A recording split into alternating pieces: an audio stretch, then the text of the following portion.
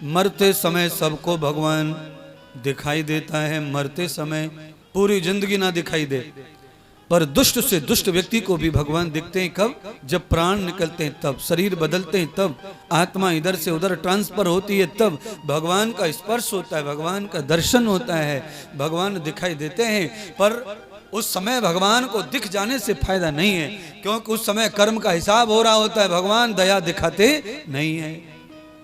पर मरने से पहले, प्राण निकलने से पहले जामवंत के पिछले त्रेता युग के पुण्यों का उदय हो गया। भगवान के स्पर्श से, स्पर्श करने से उदय हो गया।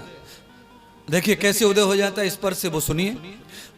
आपने देखा होगा कभी कभी हम लोग जो है तार डाल देते हैं तार के ऊपर, और कार्बन वार्बन आ जाता है तो लाइट होके भी बल्ब जलता नहीं। तो आदमी क्या करता है, फिर थोड़ा हाथ से हिलाता है, उसको दूर से हिला देता है, घर में से ही झकझोर देता है तार को, और हिलाने से थोड़ा सा जो कार्बन है वो छूट जाता है और बिजली आ जाती है। स्पर्श करने से जैसे तार में बिजली फट से आ गई, ऐसे ही किसी भी महापुरुष का स्पर्श करने से एकदम पुण्य उदय हो जाते हैं और संकट चले जाते हैं, दुख चले जाते हैं, विपत्ति चली जाती है और पुण्यों का उदय होने लगता है। अच्छे दिन आने भी लग जाते हैं, सुविधा आने लग जाती है, बुद्धि अच्छी हो जाती है। और ये मन जब स्वार्थी हो जाए तो स्पर्श की महिमा नहीं समझता, फिर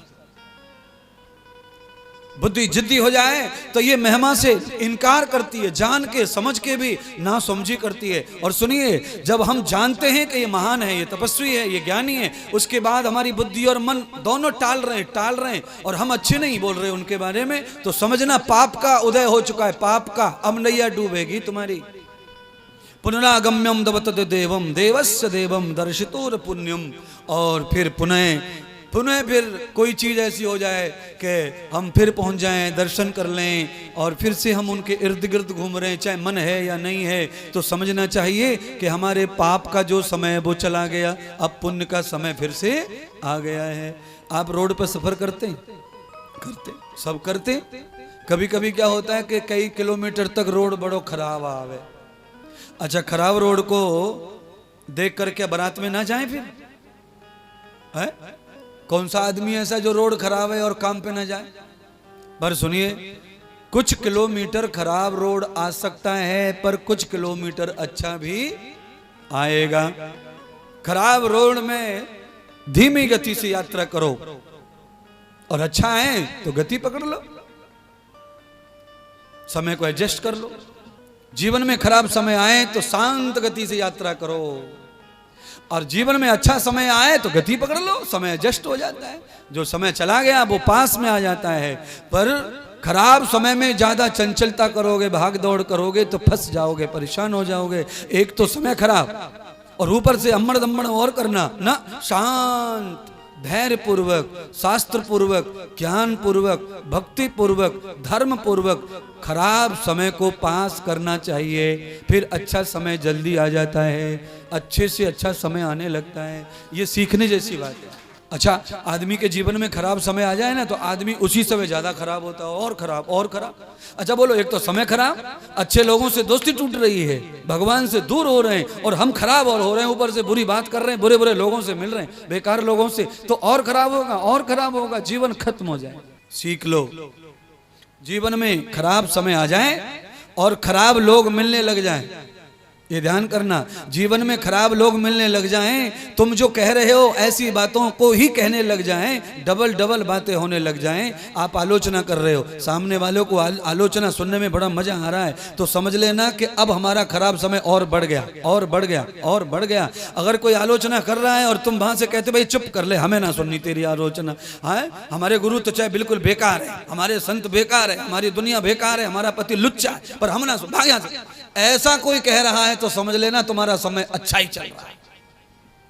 और कोई सुन रहा है मीठा मीठा और उगलवा रहा है तो समझ लेना तुम्हारा समय खराब आ चुका है।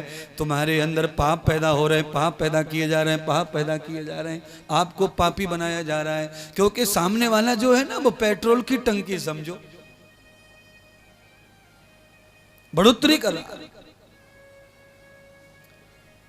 ऐसे ही ऐसे लोग मिलते जाते हैं बंधु, जब समय खराब आता है, और जब समय अच्छा आता है तो अच्छे अच्छे लोग मिलते जाते हैं। लोगों से ही पता चल जाता है हमारा समय कैसा चल रहा है। ज्योतिष के पास जाने की जरूरत नहीं है, जन्म पत्र का दिखाने की जरूरत नहीं है। आपके जीवन में आज दिन भर कौन आया उससे समझता है समय, आज का दिन कैसा, कल का दिन कैसा, परसों का दिन कैसा। आपके मोहल्ले में कोई आदमी ऐसा होता है उसका मुंह कोई सुबह सुबह देखना चाहत देखना नहीं चाहता है, बोलिए। अच्छा क्या बिगाड़ा किसी ने, पर पूरे मोहल्ले में बदनाम हो चुका है। लोगों ने अनुभव कर लिया है, या को मुंह दिखे तो नौकरी ना लगे, या का मुंह देखा है तो ग्राहक ना आवे दुकान पे, इसका मुंह देख लिया तो बिना ठुके मोटरसाइकिल नहीं आएगी। इसलिए लोग यात्रा ना करते। कोई आदमी इतना खराब होता है, इतना नेगेटिव होता है, और बेचारा अंदर से अच्छा होता है, वो किसी का बुरा नहीं चाहता है, पर उसके अंदर नेगेटिविटी इतनी है बॉडी में कि उसको देख के ही आदमी ठुक जाता है चौराहे पर। बना हुआ काम बिगड़ता है किसी आदमी को देखने से। और कोई दादी ऐसी होती है मोहल्ले में कि लोग उसको देखे बगैर काम पे नहीं जाते। अरे यार कुछ भी कहो, बच्चों को भेजते हैं, मैंने खुद देखा है लोगों को। जाओ गुड्डू देखिए जरा वो बाहर बैठी है कि नहीं बैठी है दादी, देख क्या। कई लोग उनका चेहरा देख के ही जाना चाहते हैं घर से। इसलिए सुनिए, कोई अच्छा मिले न मिले, कोई बुरा न मिले, देखने के लिए कोई बात नहीं है। घर में जो महापुरुषों की तस्वीरें लगी हैं उनको देख के यात्रा पे निकल जाओ, फिर कोई कैसा भी मिले कोई फर्क पड़ने वाला नहीं है। पर तुम्हारी गलती क्या है, तुम्हारी वही गलती है। तुम ये मंदिर में मूर्तियां रखी हैं, तस्वीर लगी हैं देवताओं की, संतों की, आप क्या करते हैं, इतनी जल्दी में रहते हैं कि टांग घुसड़ रहे हैं पैंट में और बाहर निकल रहे हैं, बटन मारते जा रहे हैं और चलते जा रहे हैं, और बटन मारते जा रहे हैं चलते जा रहे हैं। मैं देवताओं की कहां पड़ी है, कहां मूर्ति देखें, कहां तस्वीर देखें। ना ना ना ना ना ना ना ना, जो काम घर के अंदर करने चाहिए वो घर के अंदर ही अच्छे लगते हैं।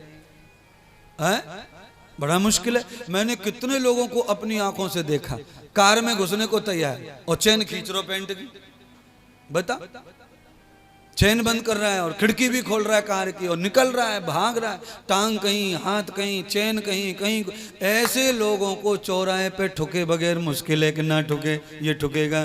क्योंकि कोई यहाँ गिरा कोई वहां गिरा, इसका मन कितनी जगह है, इसके मन की कोई स्थिति ठीक नहीं है। एक साथ में कई जगह मन चला जाए तो ये ठुकेगा ठुकेगा ठुकेगा, ये कुटेगा कुटेगा कुटेगा, ये पिटेगा पिटेगा पिटेगा, ये गिरेगा गिरेगा, और खराब जगह पे बन जाए पर वहां रुके, बदल बदल ना करे, अदल बदल ना करे। अच्छा बोलो, आप कार को रोड पर, बाबूलाल, कार को रोड पे चारों तरफ लहरा लहरा के चलाओ तो लोग क्या कहते हैं, मारो का सारे, मारो का, मारो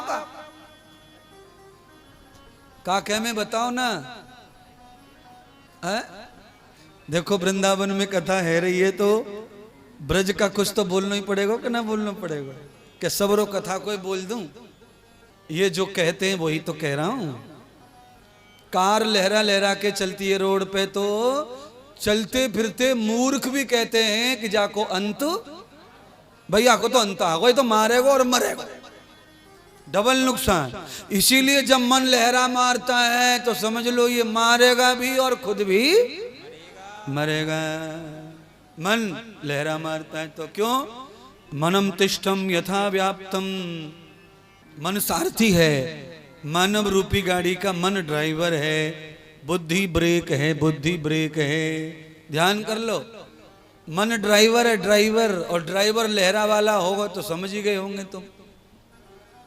तो मन ड्राइवर है और बुद्धि ब्रेक है, ब्रेक। इसीलिए ड्राइवर और ब्रेक दोनों गाड़ी में अगर अच्छी हैं तो खतरा बहुत कम हो जाता है। ड्राइवर जोरदार हो और ब्रेक फेल हो जाए तो फिर खतरा कम नहीं हो महाराज, चाहे जितना होशियार ड्राइवर रह ले, फिर ब्रेक नहीं तो गए ड्राइवर जी भी काम से।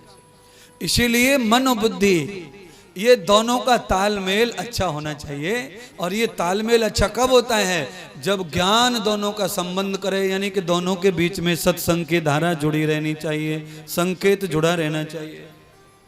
सत्संग जिनके जीवन में चलता है उनके मन बुद्धि का तालमेल बना रहता है, और मन बुद्धि का तालमेल बना रहता है तो साइड पकड़कर गाड़ी ट्रैफिक में चलती रहती है और सकुशल हम घर पहुंच जाते हैं।